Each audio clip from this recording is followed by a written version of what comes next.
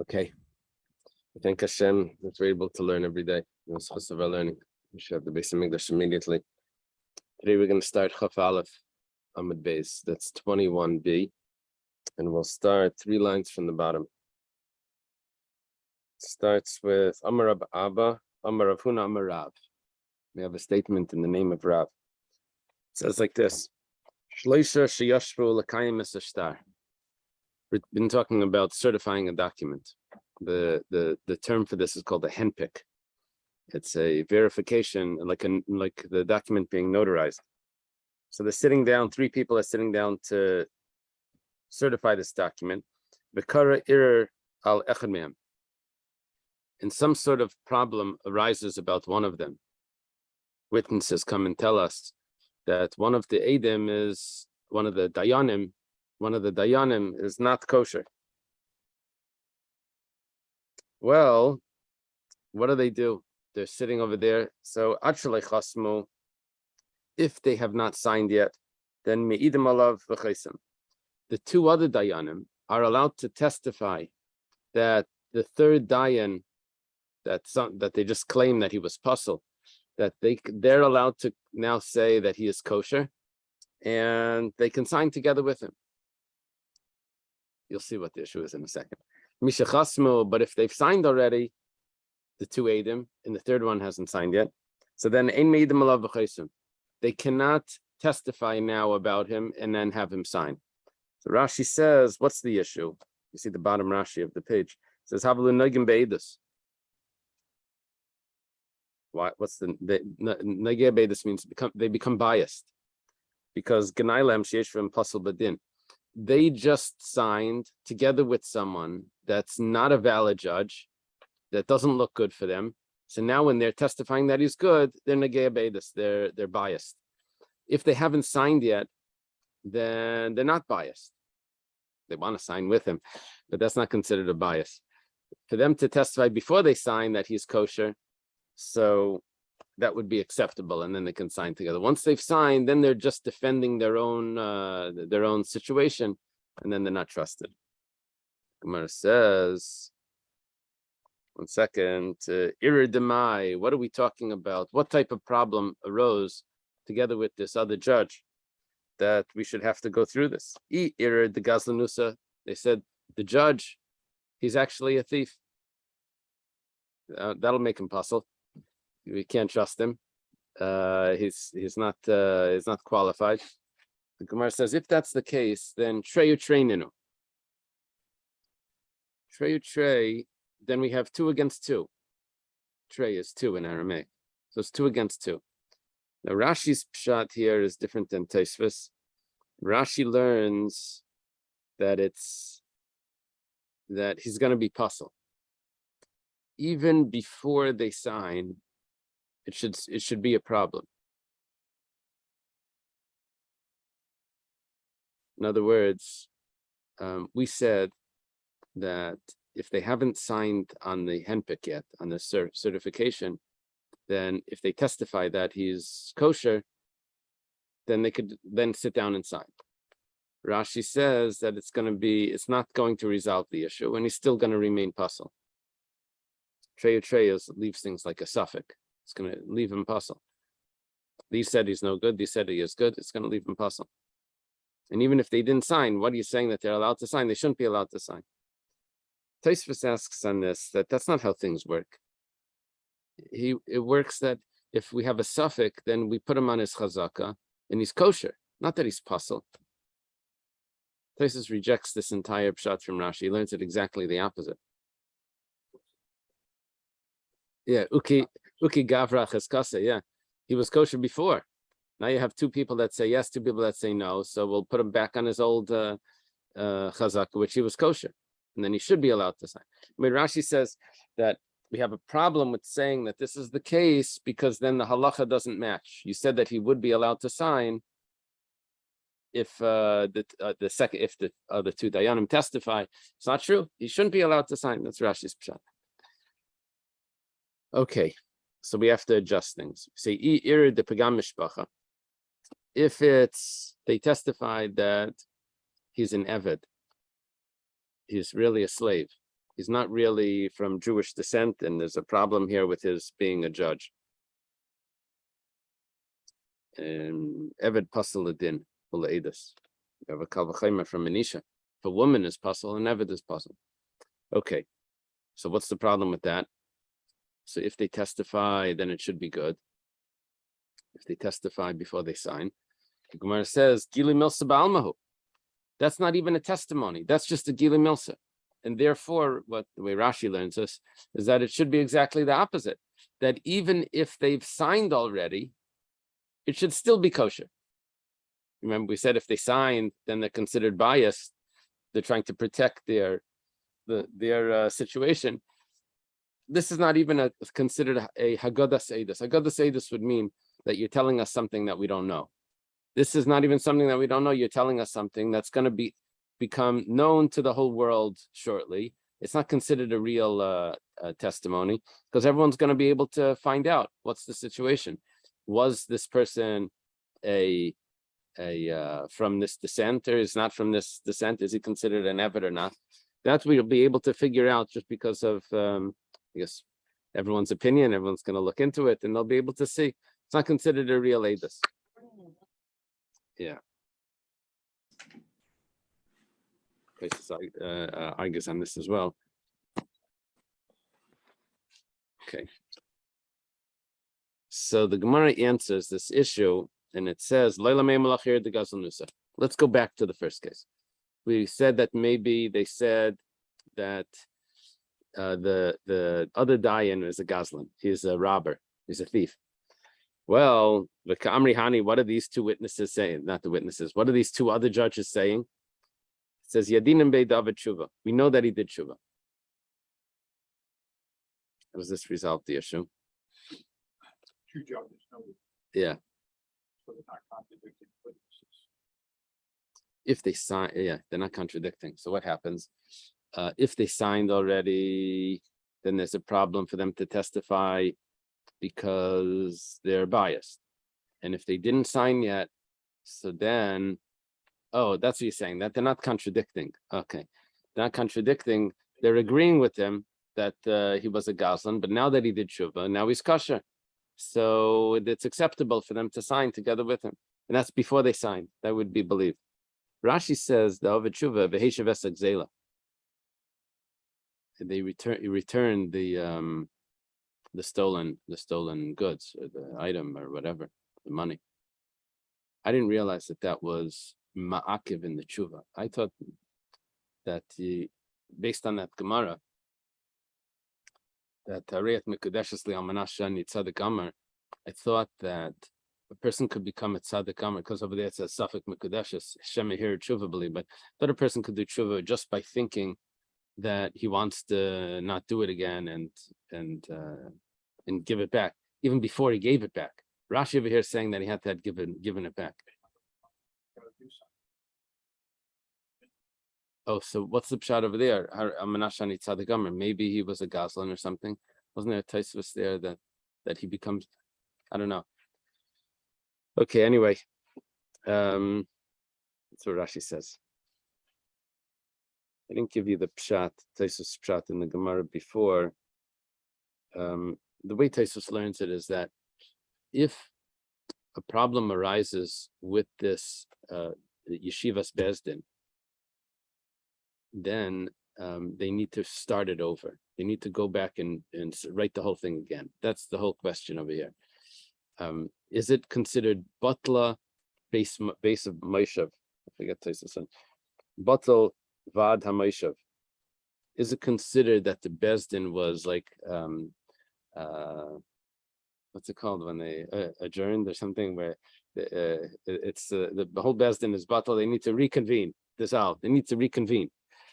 They need to. That's the question. If that's the case, then they need to redo it. So anyway, it goes through the Gemara, totally different. What's in the background of all this is that there's a positive obligation on Dayani to investigate the other Dayani. Yeah. Yeah. So they were already over on this. Uh-huh. Right? Uh-huh. Yeah, that makes sense.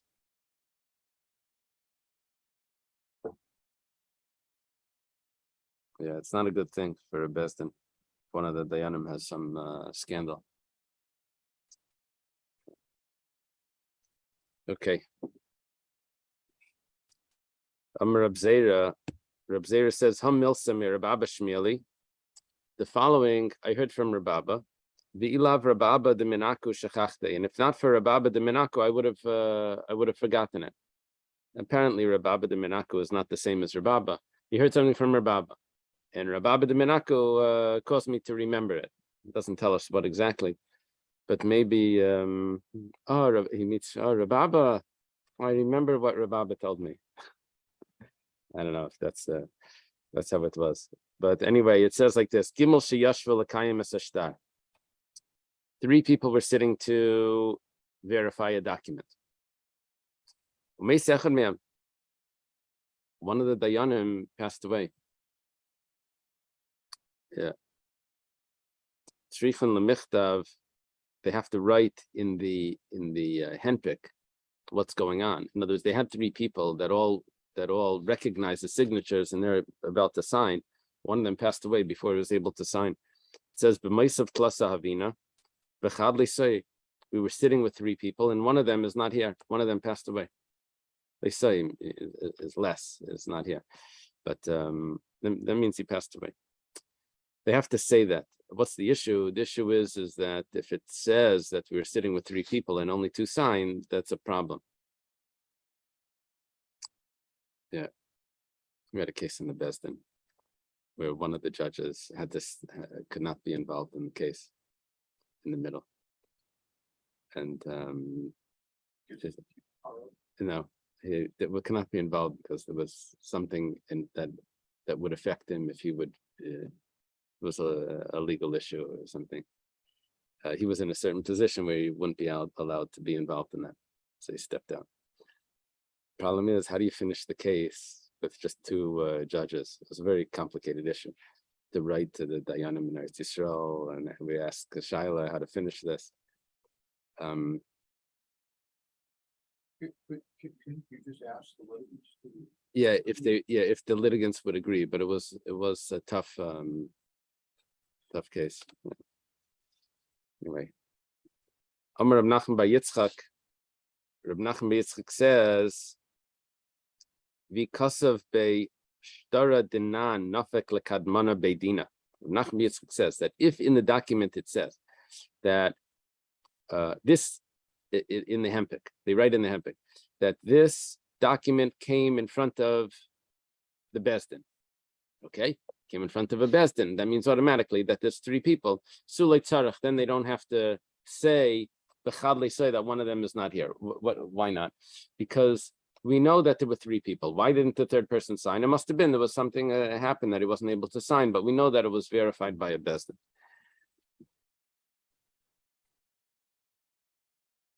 It's interesting because if it would have said that in front of 3 people, that's also 3 people. I mean, why when it says a Besdin, are we saying that, then we know it's 3 people? And if it says clearly 3 people, that doesn't mean 3 people. Coming up with the same logic. It's like something funny. Okay. It's a different way of writing, of starting out the document. That's what's happening. The way you start out the document of a Besdin, the asa, what does it say? Is one way of starting the document. We start a document to whom it may concern or something. So if the document starts like this, then that means that there were 3 people there at the time. And if the document starts b'maisav tlasa havina, then it means that we were attempting to get 3 people and maybe we didn't get 3 people. I guess in the language, that's how it means.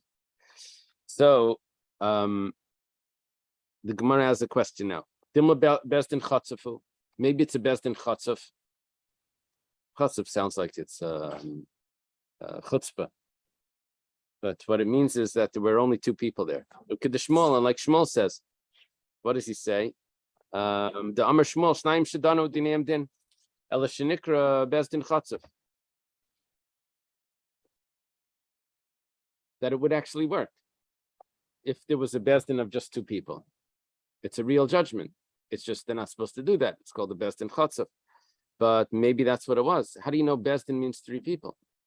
If it's effective with two people. It says Beidina de Rabbana Ashi. That case that we had, that Reb Nachman Bar Yitzchak is telling us, was talking about that it said in it that it came in front of the Bezdin of Rav Ashi. Did we do the Mishnah yet? No, right before the Mishnah. So what's going on over here? Apparently, Reb Nachman Bar Yitzchak was in the days of Rav Ashi. I thought Reb Nachman Bar Yitzchak was earlier, but look at the chart. Apparently, he's in the days of Rav Ashi. And in the document that Rav Nachman Bar Yitzchak is telling us that if it would say that it came in front of the Bezdin, that would be acceptable. It actually said it came in front of the Bezdin of Rav Ashi. Came in front of the Bezdin of Rav Ashi, then we're sure that it has three people there. Kumar says, V'dilma Rabbanan de Rav Ashi, Kid the Shmuel Svirlu. Maybe the students in the yeshiva Rav Ashi hold like Shmuel. The Gemara answers,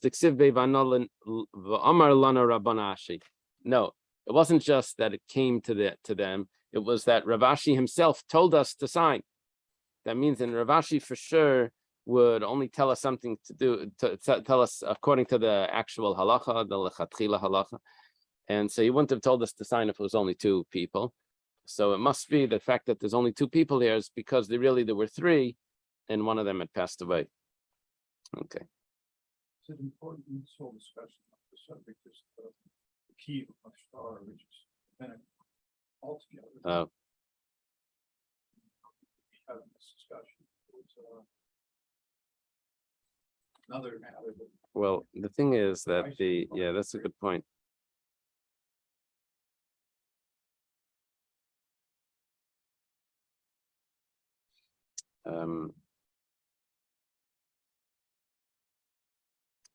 I'm not sure if it's specifically that, but I don't know other things that would require three judges to have signed. If we need three judges, Thinking we have this halakha, there are three judges, one says any year day out. They have to add. It's Right. not based on three. right? This is very Right. different. kind See, of discussion. because this is a signature. It's all we're looking for is a signature. Right. Right. So it's things. Yeah. Right. Right. The judgment is done without the signature. It's just in order for us to know about it. I mean, in a regular case, there's three judges there. They give a psak. Now they'll write it up, but the judgment is the judgment. The decision is decided. Here, we're just looking for the signature. So, okay. We have a new Mishnah. We've quoted this Mishnah before. It goes like this. Ha'isha shamra isha yisi v'grushani. A woman comes and tells us that I was married, but now I'm divorced. Well, can we give her a shidduch? So we say nemenas, yeah, we believe her. Because she's the one that told us that she was married. Amigo. Amigo. It's stronger than amigo. It's amigo is when they sort of have to say something. Over here, She just points out. she didn't have to say anything, right? There's a discussion if amigo di ba'ishasik is the same as a peshasa or if it's different. So well, anyway, that's how this would work. We would believe her. If we have witnesses that say that she was married, and now and now she says she's divorced. Well, there goes that. We're not relying on her. We have Adam. So now the question is, can a woman come in and say I'm divorced? If after we know that she's married, the answer is Ein Nemena. She's not believed. She needs to have some sort of proof that she's divorced. Show me the get. But like, well, what's your proof? That's how this would work. I mean, if a woman says she's divorced today, would say, well, okay, the get. Let's see it's not. They don't show the get, but they would show some sort of receipt of the get, right? Well, Amra Nishpesi Utairani. She says she was taken captive by non-Jews. But she didn't have relations with him. This is a different case. A new case. She says. Yeah. Well, Nemenis. She's believed. Believed for what? Believed that she can now marry a Kohen. Even though she was taken captive by non-Jews, if they would have had relations with her, she'd be prohibited to marry a Kohen. But she's saying that nothing happened. Because how did we know she was taken captive? She told us. And so it's everything relying on her. So we have to trust her for everything. If we have other sources of information that she was taken captive, and then she says Tahirani, then then we don't believe her. However, if she was already married and then the witnesses came later, then she remains married. Okay. Now, Amar Abasi. The Gemara says, how do we know that we trust a woman or we trust anyone to say that we take their full statement? They're the ones that forbade, they're the ones that permit. How do we know that we do this? Yeah, we've had this Gemara mentioned so many times. It's a little surprising that Ravasi shows up, on the on page number 5 or page number 10 of this discussion. I mean, this is the fundamental question. Where do you know that we trust that we do this? So it could be before. I don't know. I'm not sure. We had it before about all of these things.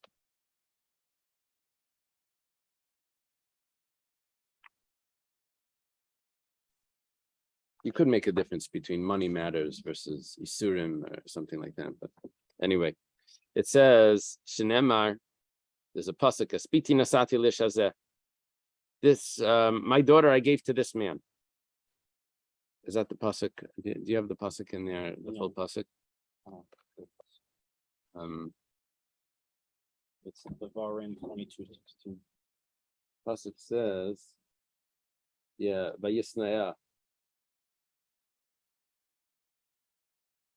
Yeah, this is the Maitzi Shemra, where the husband says that she's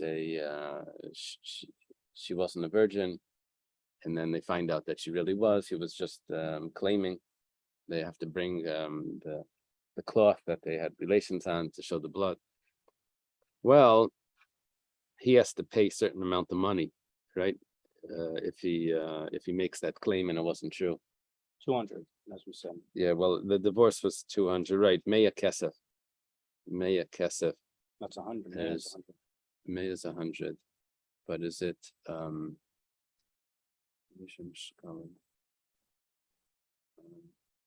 don't remember if it's how the zuz works with the shkalim. Okay, so this pasuk goes like this: when it says that I gave my daughter to this man, so in Hebrew it goes, I gave my daughter to man this. What's the adjective? Is that the adjective? Would go comes after the noun. So leish, what does that mean? It says, I'm sorry, leish as leisha, as a wife. Leish asra.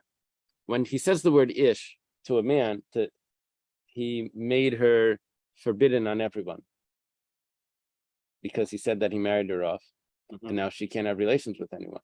However, when he says the following word, hazeh, this man, hitira, now she's allowed to live with this man.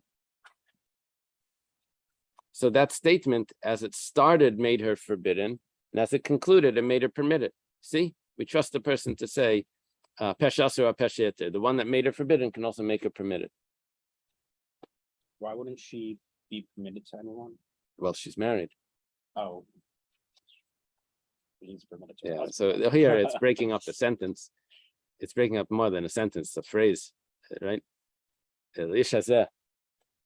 What do they call that? A nominal phrase or something, Because I gave my daughter to this man as a wife. right? It wasn't as a wife. She could marry someone else.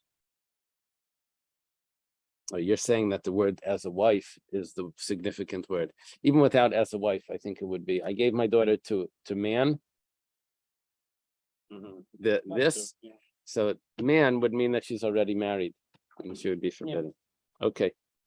The Gemara now says, "Lamali kras varihi." This is the way we were going about this the whole time. Why do we need a pasuk? Isn't this logical? He asra v'hisharila. I'm sorry. Who asra v'hisharila? He's made her forbidden, so he should be the one that should be trusted here. Ella ki it's shechrala Rav Huna amarav. Actually, the pasuk is coming to teach me something else. Amar Rav Huna amarav. Rav Huna says in the name of Rav. That's the second time we have this today. Rav Huna amarav. Before we had it, Amar Abba, Amar Rav Huna amarav. Minayin la'av sheneman lesser is bitim min Torah. How do we know that the father can make his daughter forbidden according to the Torah? Now, forbidden over here, Rashi explains, means that he can marry her off. Doesn't mean make her forbidden. Means that he can accept kedushin.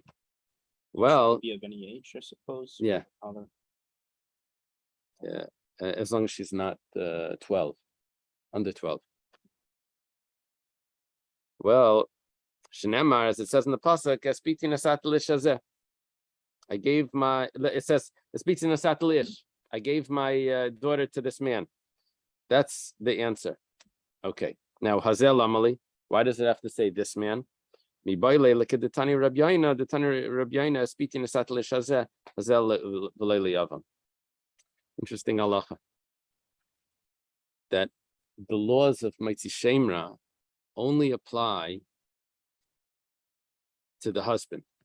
There's halachas. If a man puts a claim against his wife that she wasn't a virgin, that's only on the marriage part. But let's say this husband died, and now the yavam takes over the marriage, and he makes a claim against her.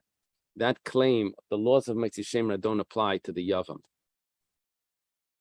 If we find that the yavam was guilty and he's making a false claim, he doesn't have to pay the meya kesef that goes on a Mitzi Shemra.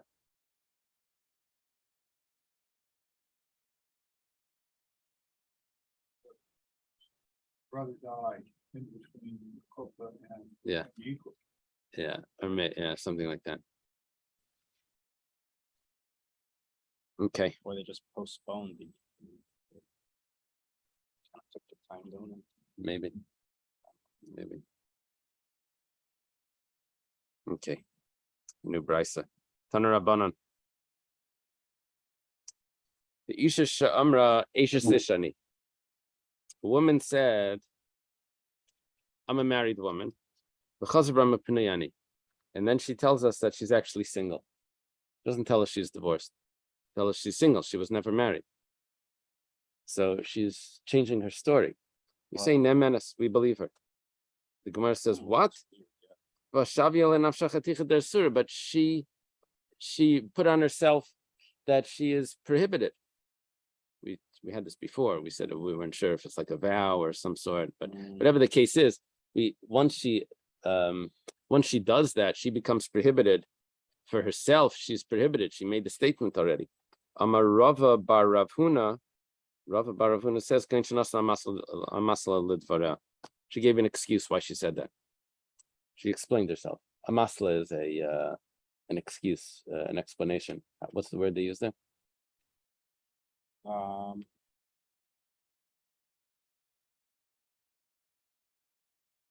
It says that she rendered herself Rationale. A rationale. Yeah. Rationale, perfect. Okay. She gave a rationale. Tanya Nami Hachi was also taught in a brisa.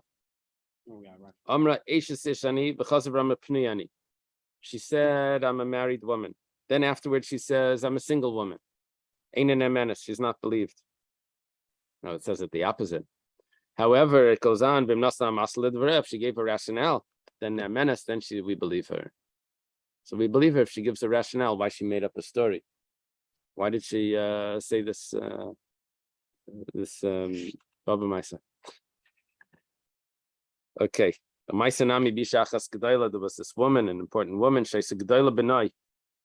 Sounds like she was very beautiful. The Kaftola Bnei Adam Lakacha. And people were kaftu, were like jumping on her to marry her. And V'amr Lem Kadeshani, she says, sorry, man, I'm already betrothed. I'm not available. Then, a little while later, she goes and she gets married. So Amr Lachachamim, Marisa Lasakim, what just happened here? You were married. How'd you just marry someone? So originally, when people were coming to me and telling me that they wanted to marry me, they were not fit. They were not appropriate shidduchim. So she said that excuse that she. So Amarti Mikadeshani, I said I'm already married, just to keep them away, so they shouldn't bother her. Tell if the woman uncovers her hair, things maybe all women did that in those days. That's an interesting question. Jonathan is asking, what about the shaitel? I think in Yemen, younger unmarried girls would cover. Maybe they would carry their hair. They would cover their hair. Yeah. After prostitutes.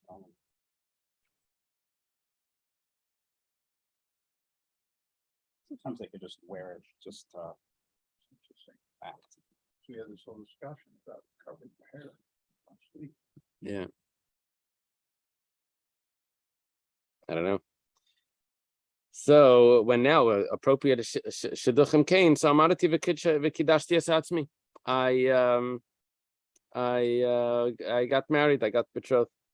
V'zu halacha heller Ravacha Sar Habira l'fnei chacham b'usha. Ravacha Sar Habira, the master of the house, it sounds like, said he established in front of the sages in Usha. If she gives a justification for how she said the first thing, then we'll actually trust her, even though she's totally changing her story. Shmuel Meirav. This is a very interesting Gemara. Shmuel asks Rav a shaila. Yeah, what's going on? Usually Shmuel has his own opinion. He's always arguing with Rav. Here, Shmuel has a personal shaila. He's asking Rav. What happened was, she said she's a nida. And then a day later, she says, no, I'm tar. So, Mahu, what's the din? You trust her always for nida. She's trusted with that, whatever she says. The problem is that yesterday we trusted her. She can't be tar today, right? She would have to go to the mikveh. There's a process. She'd have to take a few days, at least 7, maybe more, depending on the situation. you shown already taken on the 7th day. Will be the Yeah. period. Well, that's Amar Abzeira, and that was actually later. We Oh, may that was the Rebbe. rabbinical, period of waiting adding an extra 7 days. Well, the extra 7 days is a combination of Nida and Ziva that was taken on. Reb Zera tells us that, which is a generation or 2 later. Well, but Bimei Rebbe, even a drop of blood, they were waiting. They were waiting 6 days, right? Shishabahu, they're waiting 7 days. But that's not 7 clean days. Yeah, but no, she's tummy for 7 days, but then it wasn't 7 clean days. Reb Zera, they added the clean days. What I'm saying could be that she just language saying. Oh. At the end of the 7 clean days, she said, "I'm still Tommy, meaning I got to go to the next tonight." But here apparently it wasn't without the 7 days. It's clearly that she's retracting from the old statement. So Amarle Rav, says to Shmuel, Rav says, Apazu, im nasna maslet verena menes. If she gave a rationale, then we believe her. Now we get a little bit of the details of the story. It says, Tana minei arboim zimnin. He learned it from him 40 times. Shmuel would not paskin like this. Well, Tosfos tells us, he brings Rabbeinu Hananel from the Yerushalmi, that Shmuel wanted to have relations with his own wife. and she says, I'm tummy. The following day, she says, well, she's ready to have relations. She says she's tired. Shmuel tells her, but yesterday you told me you were tummy. So she said, yesterday I didn't have strength. So Shmuel went and asked Rav. This is Tosfos quoting this Rabbeinu Hananel. And Rav says that if she gave an excuse, then it's good. She's accepted. Right? The excuse is accepted. She has a headache, right? So Shmuel nevertheless did not rely on Rav, and he waited for her to use the mikveh. Okay. By the way, this is a whole simon in Shulchan Aruch. Kuf Pei Hey, I think. Kuf Pei Hey. Oh. Okay. Let's see over here. Kuf Pei Hey, Kesef Gimel. Taner Rabbanan. Shnayim Maimrim Meis, Shnayim Maimrim Lay Meis. We're talking about the husband. We had this case before. Two witnesses come and say the husband passed away. Two witnesses come and tell us the husband did not pass away. Okay. Shnayim Maimrim Niskarsha, Shnayim Maimrim Lay Niskarsha. Two people say that she's divorced, and then two witnesses come and say that she's not divorced. Well, this is the problem, like we said before, Trey, She's right? not divorced if she's widowed. No, it's another case. Two No, cases. One case is two witnesses said that the husband died. Mhm. And then we have contradicting witnesses. Then we have another case. Two witnesses said that she was divorced. Husband died. Right. Right. But that first case is she's widowed. Second case is she's divorced. Oh, okay. Yeah, it's not the same fellow. I- So yeah, the Gemara doesn't always make it clear that it's a different case. Well, it says she should not go get married. However, but if she is married, if she did get married, because based on those witnesses, then she does not need to get divorced, because we don't really have proof that there's a problem here, because we have two contradictory witnesses. Well, Rabbi Nachman Bar Yossi says no, she needs to get divorced. We don't have proof that she's able to get married, because the witnesses contradict each other. Amar Rabbi Nachman Bar Yossi, when do I say that she needs to get divorced? That's bisman shebo edav achakach nisas. That's when she got married in sin. That she got married after the witnesses came and told us that she should not get married. Nevertheless, she went and got married. That's a problem. But if she got married after the first set of witnesses came that said she's permissible, then another set of witnesses come, we say that latetzi she's allowed to stay married. She can't go back, can she? If it was discovered that Actually, if there's two witnesses, we said that she can go back to her first husband, because she was considered like a situation of rape, because she was so involuntary doing this, because she was convinced that this was fine. Two witnesses. If it was one witness, we said that was a problem. Yeah, it was Yavamas, if you want to review that. Okay, the Gemara says, what's going on over here? The person, the husband that lives with this woman, is obligated to bring an Asham Tali. Asham Tali is a guilt offering that's brought for someone that does a sin that's a doubt. We're not sure. So because it's the Asham Tali is until he finds out whether it was right or wrong to cleanse himself of the guilt, he brings Asham Tali.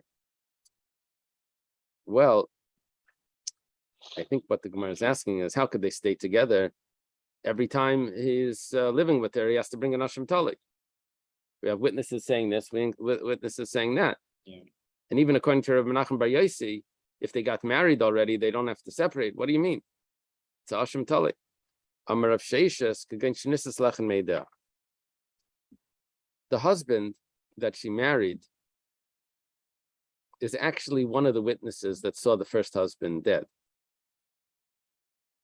Now, we had a problem before with marrying someone that brought the get. The shliach that brought the get was not allowed to marry this woman Oh, was it the one that brought the get? Yeah, the one that brought the get was not allowed to marry this woman. But that's because there was only one person. But if there would be two people, we said that it was permissible. So anyway, she's allowed to marry one of the witnesses. Okay. The Gemara says, he gufa b'Hashem tali kaima. But what about her? She's a Hashem tali. I know this fellow has no guilty conscience because he saw that the husband was dead. He knows he's allowed to marry her. He doesn't bring an Hashem tali. But what about the woman? She did not see her husband dead, first husband. She is relying on the witnesses, but I have other witnesses that are saying the contradictory testimony. By Meris Barili, she's 100% certain that if he was alive, he would have returned. And so she actually doesn't feel any guilty conscience either. And that's why she doesn't have to bring an Hashem Tali. Hashem Tali is just based on the person's feeling. What is coming out of here. So that's odd. If the other two witnesses said that her husband is alive, she wouldn't feel guilty. I mean, I'm not she knows that the first two witnesses are saying the truth. Oh, okay. She doesn't. It's her believe- personal, She doesn't. believe yeah, the other- her personal understanding is that the first two. She could also not have feelings for her husband. Yeah, that could be Feeling also. remorse.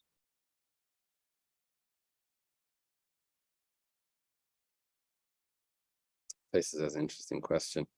It's not an Hashem Tali. Taisus says it's really a chatas because she has a chazaka that she was married. Mm. And now you have Trey. It's not just an Hashem Tali. If we establish her on her assumed chazaka, then she's really married.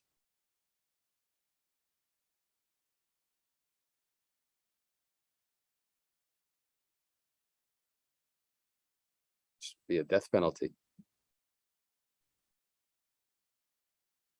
Taisus says that the chazaka that a person would clarify the situation before she gets married is also a chazaka, and that pushes off the other chazaka. So at least we don't have that chazaka, the strength of that. Another question is, what about the Hashem Tali? Okay, Amar Rabbi Yochanan, Shnayim Remes, Shnayim Lemes. Rabbi Yochanan says 2 witnesses say that he died, 2 witnesses say that he didn't die. She should not get married. But if she is married, then leitetse. Sounds like he's saying that, and not like Rabbi Nachman Bar Yossi, because he's not making a difference when those witnesses came. She should not get married. But if she did get married in this contradictory witnesses' testimonies regarding her divorce, then teitze, then she has to get divorced. So we have an inconsistency in Rabbi Yochanan's halacha. If we have contradictory witness about the husband's death, she's allowed to stay married. If we have contradictory witnesses about the divorce, then she has to get divorced. Why is there this inconsistency in psak, in the halacha? Amar Abaye tirgma beidecha. Abaye says we're talking about one witness. How does that work? It goes like this. If one witness comes and tells us that the husband has died, then the rabbis believe one witness when it comes to the death of a husband as if it's 2 witnesses. We had the whole Gemara about this. It's as if there's 2 witnesses here. Now, when another witness comes and tells us that the husband had not died, well, that's only one witness. The first witness that came that he died is considered like 2. The witness that said that he didn't die is only 1. She's only one witness. That's why she's allowed to remain married if the contradictory testimony about the death of the husband. Gemara says doesn't satisfy the problem because so why do we say that she's not allowed to get married lechatchila? According to this, even lechatchila, we just said that if she's married, she doesn't have to get divorced. According to this, she should be able to remain married. Gemara says mishum derabasi. We didn't say this originally that she can get married. The Marabasi, it's still not appropriate. you should remove from yourself this sort of talk and inappropriate behavior or inappropriate gossip. You should remove from yourself. So because this is fuel for gossip, so you shouldn't do this l'chatchila, but doesn't mean that it's a halachic issue of a marriage issue. It's a laws issue. It's rumors. Okay, seifa. But what about in the end? With the divorce? Both of them are testifying about a married woman. By the the one that says that she's divorced, that's only one witness. What does it mean, makim shnayim? 2 places.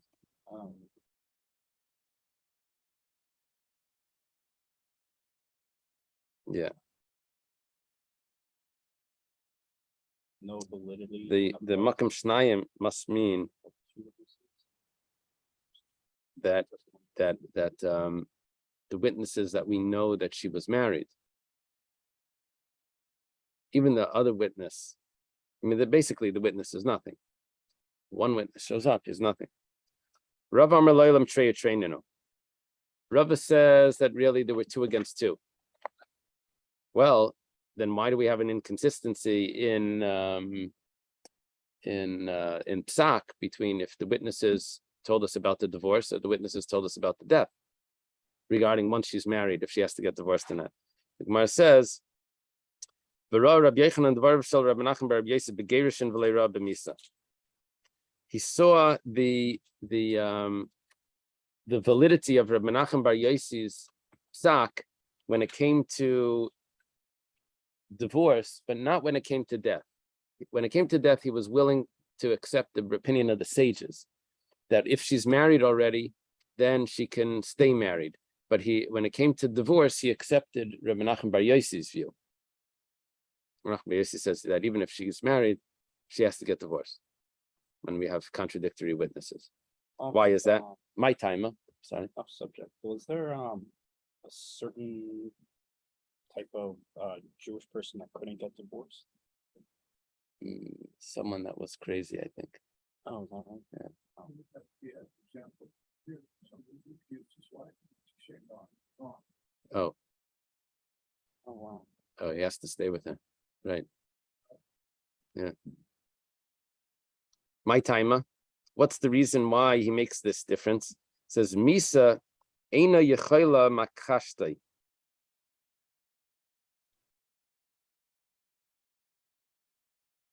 When the husband shows up, she can't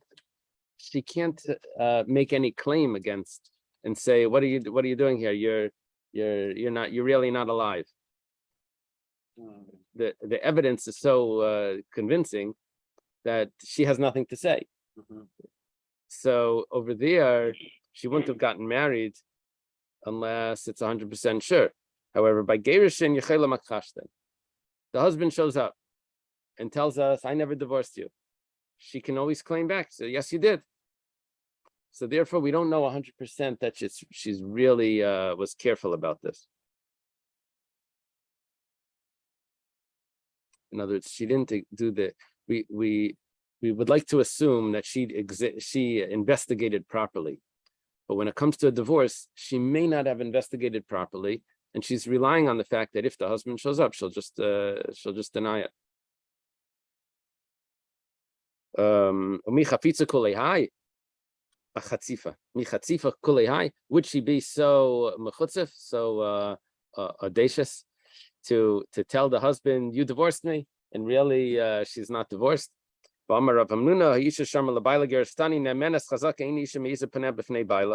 a statement from Rav Hamnuna that if a woman would have the guts to tell her husband, you divorced me, then we believe her, because she would never have told that to her husband if she wasn't actually divorced.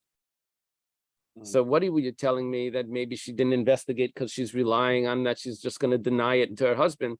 A woman wouldn't deny it to her husband a woman wouldn't tell her husband that you divorced me if it wasn't true. Gemara says, that's because over there, when we believe her, when she tells her husband that you divorced me, because she doesn't have witnesses that are alongside her, that are giving her support, that she could say it. But but if there are witnesses that are supporting her, that's telling her that she's divorced, then maybe she will actually have the chutzpah in front of her husband. Ravasi Amar Kegain Damar Edim Achshav Meis Achshav Gersha.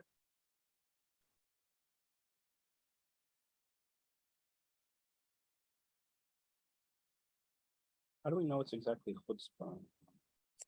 To tell her husband that you divorced me. We think that a woman would not be able to do that if it wasn't true. That means sounds like she was just surprised that he was still alive.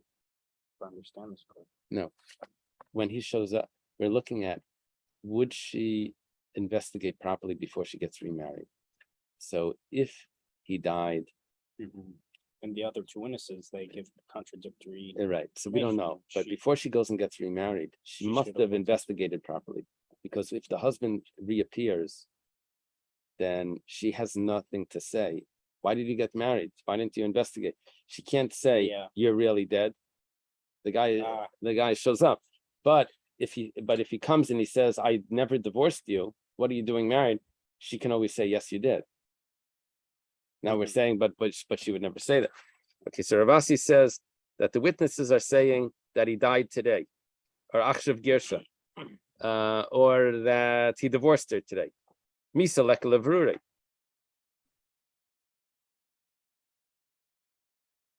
We're not able to find out if they say that he died, he drowned or something, or he got eaten by a lion. We can't really verify that. So lechatchila, she shouldn't get married.